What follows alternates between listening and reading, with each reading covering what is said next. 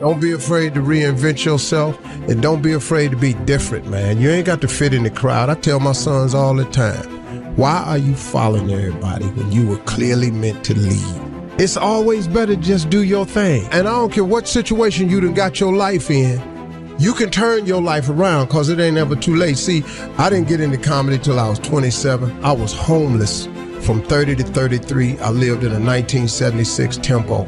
I lived in a car for 3 years, man. And so people see me today, they don't know where I come from. And I tell young cats all the time, man, the key is you can't ever give up. At some point, I think we all hit that moment in life where things just are not going how you thought they would go. Sacrifice is always required on the road to your dream. The question is, what are you willing to sacrifice? When you're in that darkness, it feels uncomfortable, but you can't wait. Sit in that darkness. Only way out is to step forward, to face your fears, to become your own light. Anything is possible, but only if that is what you believe. See, if you're the type that says no, anything is impossible, that will also be your reality. If you live your life in expectations, that's what happens to you. If you live your life in despair, that's what happens to you. And as you begin to take that process into your hands, as you begin to shape it, as you begin to craft it, you need to remember one thing. As Larry Page said, being negative is not how we make progress. Tearing yourself down over the shit that you've done, it's not going to empower you to change the patterns that are keeping you stuck. The moment you change the frequency that your tower emits, different things come back to you. You become more smarter, you become more educated, you know more, but you can't come back. You cannot come back the same individually. The aha moment is the door that opens.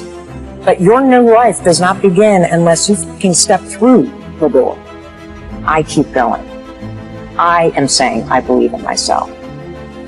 Best thing about this is that you get to decide what it decides is important.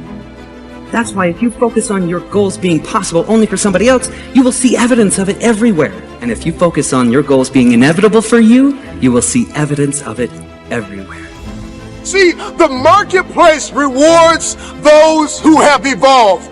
The marketplace rewards those who have become more valuable. You will be rewarded for the pain. Cry in secret, bleed in secret, but in public you'll be rewarded. Who you are today is just a point of reference. Don't you ever confuse your potential with who you are right now. When you feel like giving up, don't. When you thinking about giving up, don't. When it look like you ain't gonna make it, keep going.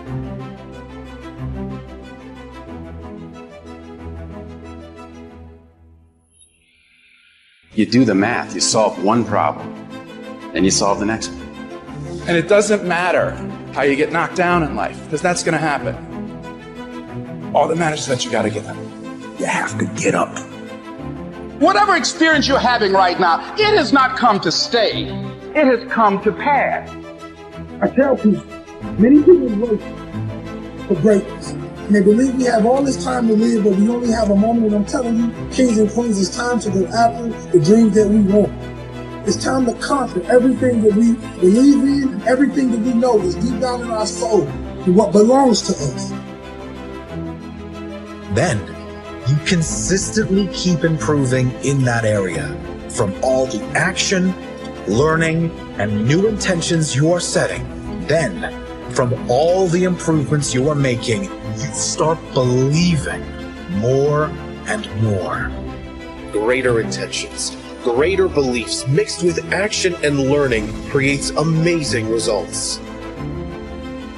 Because when you see the invisible, you're able to do the impossible. Only those that can see the invisible can do the impossible. But if you want to begin to move into your own personal greatness, If you want to begin to really enjoy a happy, successful, healthy life, you've got to be willing to go against the tide. You've got to be willing to harness your will. If you can stay hungry, you can get the resources. If you can stay hungry, you can get the strategy. If you can stay hungry, the ideas gonna come. If you can stay hungry, the connections will be aligned. If you can stay hungry. And say, in spite of this, I'm in control here. And it all starts with honesty. Ask yourself what you've been lying to yourself about. Consciously admit that you've been bullshitting yourself about that thing, and do everything in your power to go out and change it. You'll start to move forward and achieve that thing. You'll start respecting yourself more. You'll start carrying yourself differently. It ain't easy to do, but I promise you, it'll be worth it. It is the chaos of the time that creates the conqueror in the man. So when God gets ready to reveal to you what you have in you, he will often place you in the midst of chaos to push you. Why do you want to work out? What is your goal? The most important thing is that you have a vision, that you have a goal. We can't work out without purpose. We need to get into our dress for the wedding. Summertime's coming, so we want to look all good. Our high school reunion's coming up, so we gotta lose weight. The biggest purpose in life isn't all that shit. It's how you respect yourself, how you look at yourself. That's an everyday journey. Things that are difficult. When you do these difficult things, you're stressing your mind, or I should say, don't even stressing your mind, exercising your mind and exercising your body's ability to manage intense situations. It's hard. It's very difficult. It's very testing. Look at training as something that builds character, work ethic. Look at training as something that really builds confidence. Look at training that shows you how to fail and shows you how to get up and win. If you stop working on yourself, your mind will grow weak.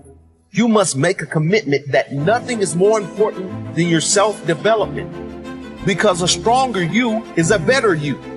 And a better you is better for everyone around you.